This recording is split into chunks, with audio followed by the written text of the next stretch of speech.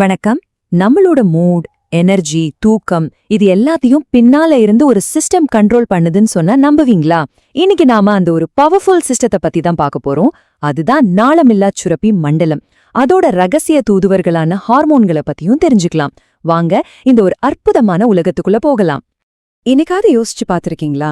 ஏன் சில நாள் காலையில ரொம்ப ஃப்ரெஷ்ஷா எந்திரிக்கிறோம், ஆனா சில நாள் ரொம்ப டல்லா ஃபீல் பண்றோம்?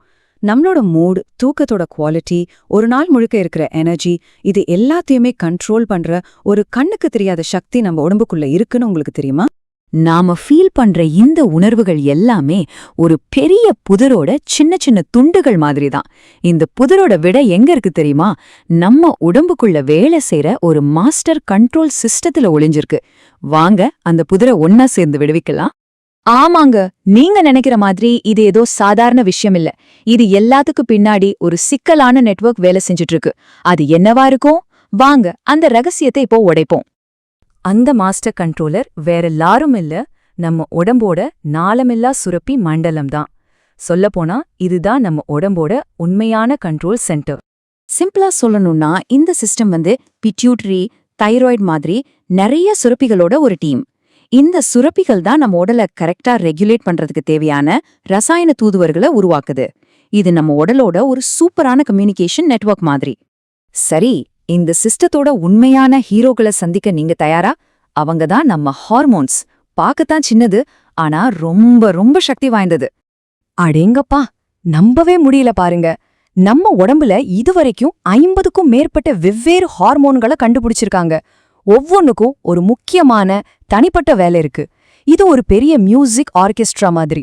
ஒவ்வொரு இன்ஸ்ட்ருமெண்ட்டும் அதோட வேலையை சரியா செய்யுது. அப்போ ஹார்மோன்கள்னா என்ன? ரொம்ப சிம்பிள். அவை நம்ம ரத்தத்துல பயணம் செய்யற குட்டி குட்டி கெமிக்கல் மெசஞ்சர்ஸ்.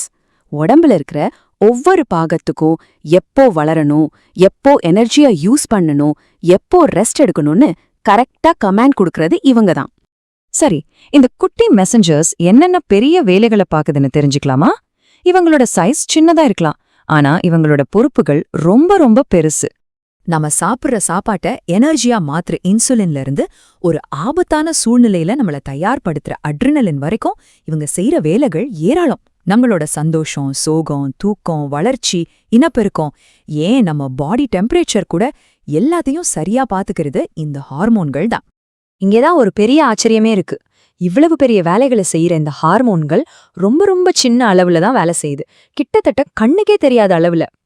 ஆனா அதோட தாக்கம் அப்பப்பா, அது மிகப்பெரியது.